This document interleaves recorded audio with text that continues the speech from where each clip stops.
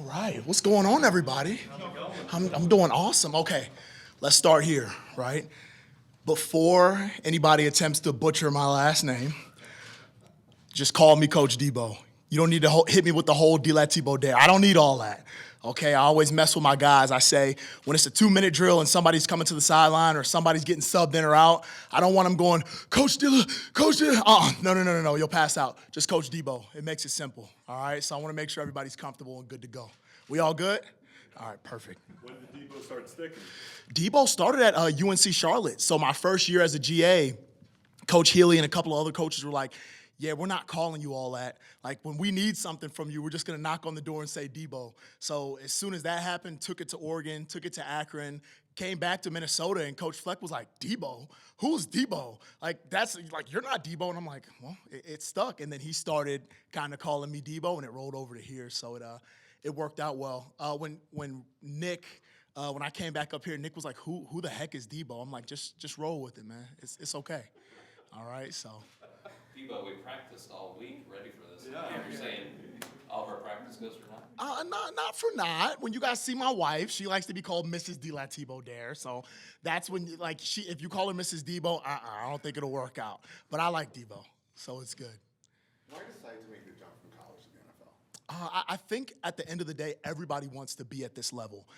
You train your guys, you teach them different technique, different fundamentals in order to be able to make it here and play on Sundays.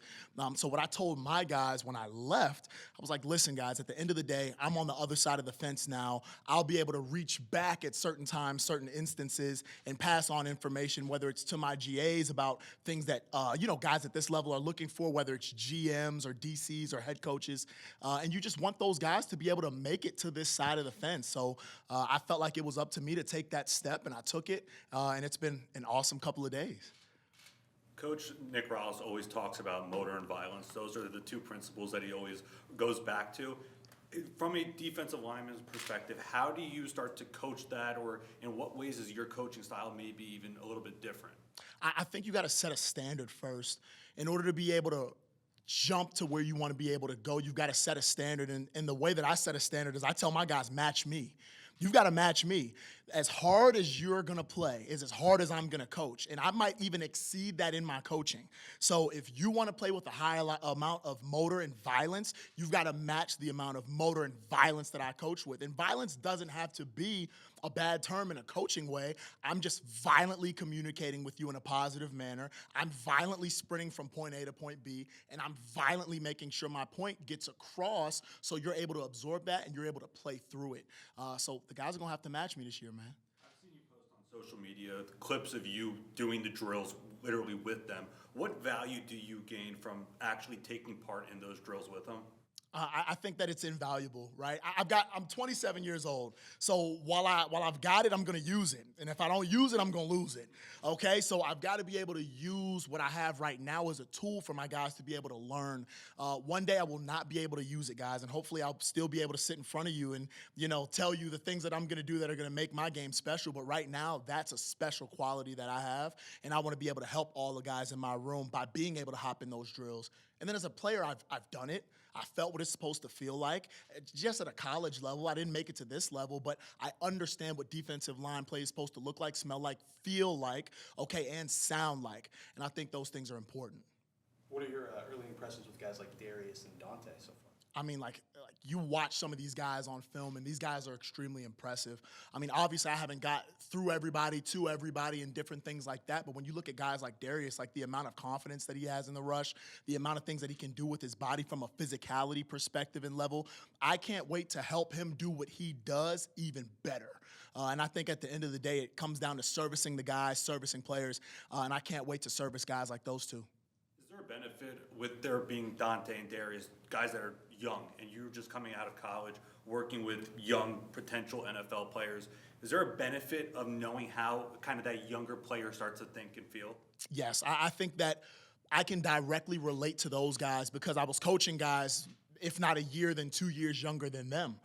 So I understand everything about those guys, and it's crazy, all the way down to the music that they listen to. But I want to be able to relate, right? Relate, but still be able to lead with a confident nature, so they understand where they are and where they need to be able to go. So those guys are two guys I can't wait to meet and get around and kind of cultivate a relationship with, because the sky's the limit for them. At what point did the NFL seem like that this was going to be the opportunity that you were going to jump at? Is it something that when the college football season ended, you were starting to think, okay, maybe this might be the year I make that jump, or at what point did it start to become a little bit more of a reality? I watched guys that I played with go on to have really good careers at this level. I played with guys like Antoine Winfield Jr. and Carter Coughlin and Boye Mafe, and just watching those guys and the things that they've done, I said, I want to get to that level. And I might not get there as a player, but I might be able to get there as a coach. Then you watch Nick Rollis go do it, and he's a younger guy who's just kicking butt, and he's dominating, and he's detailed, right? And everything that he does is calculated. And I'm different from him a little bit, just my personality. I'm a little bit of an Energizer bunny. He's got juice, right? But he's stoic. So that's where we're kind of different. But I think the way that he thinks and the way that I think are on the same alignment. So being able to watch him methodically go through this process and then become a defensive coordinator honestly inspired me. So when he gave me that call and was like, hey, dude, you want to take a shot at this thing? I was like, heck yeah, let's knock it out of the park. And then we just got after it, and it rolled on from there. So was he at the end of his college career when you were teammates, and were you just getting there? What's the overlap like? He was an older guy. I was the young, crazy freshman. I was just a guy who wanted to learn. And when he finished, I was a redshirt freshman, but all of my roommates were either linebackers or DBs. So he was in there leading kind of position meetings from a captain perspective and teaching those guys. And I would always hear how smart he was, how intelligent he was. And I'm the type of guy where I'm like, you're going to have to show me. Like, I've got to see that. So I would go in and kind of listen to the things that he would say. And then even on the sideline of games, like, I would hear him calling things out. He would say, hey, when the running back's on this side, the ball's going to go right here, and it would happen. And I was like, how does this dude know where the ball's going to be every play? You blink your eyes, and he's the defensive coordinator for the Arizona Cardinals. So, I mean, nothing by coincidence, right? So I got that overlap with him. I'm sure he thought I was a little bit crazy coming in, but I'm glad I got a chance to show him, take the chance on the young guy because he'll grow up one day. Debo, coaching in general requires leadership, and has that always been in you, or is there something you've developed since you were a kid, or were you always like that, a leader by nature? I think that I've always been confident by nature. I don't know if I've always been a leader by nature, but that's something my parents kind of instilled in me. They pushed me to be a leader, even when things might have not gone how I thought that they were going to go, and I would fall flat on my face. I thought that maybe that was a deficit of my leadership ability, but no, it ends up being a strength, because now you've gone through things where you failed, you've grown, and you've been able to respond to those things.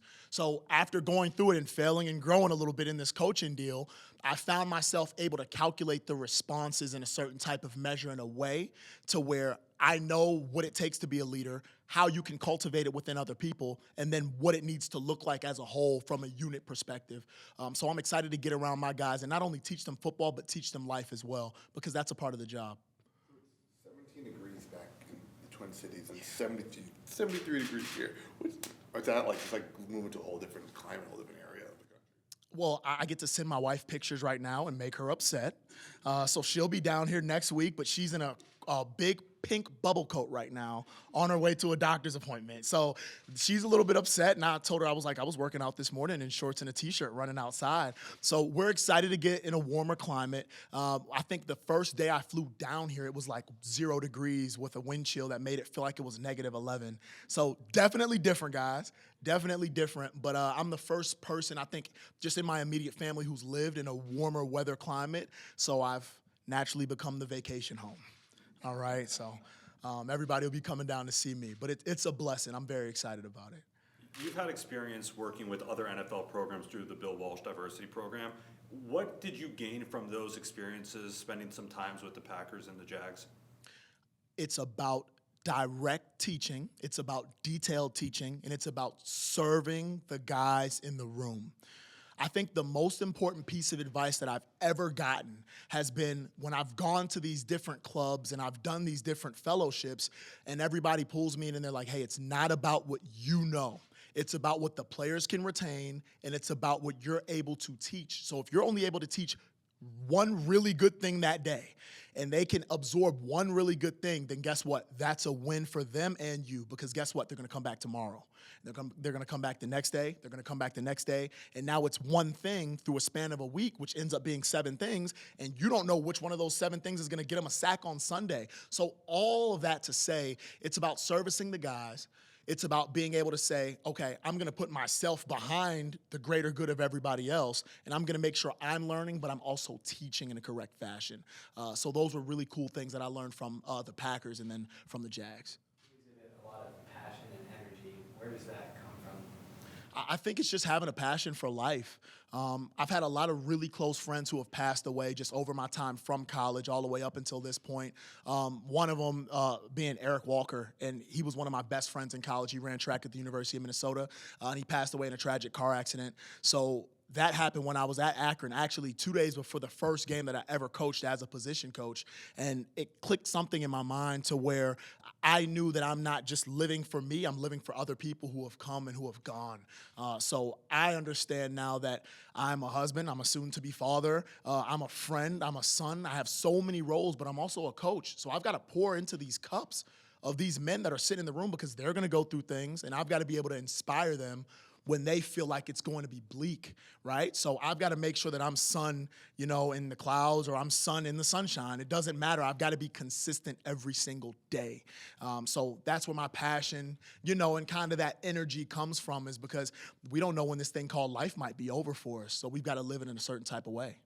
Who inspired you from a football standpoint, whether it was a player in the NFL that you watched growing up, or maybe a coach or a mentor like that? Yeah, I mean, I'm so young, I can't even say the name of the guy that inspired me because he's still on our current roster. But this is, but this is what I'll say. Watching my dad, just watching my dad in like old Bowie State University football film, like Division II HBCU in Maryland, watching the way that he played has been something that's always inspired me. And I would sit there with him and my uncles, and man, we'd be watching guys from the 80s and the 90s playing in the league. And, then you pop up, and Bryce Pop is my position coach in 2017.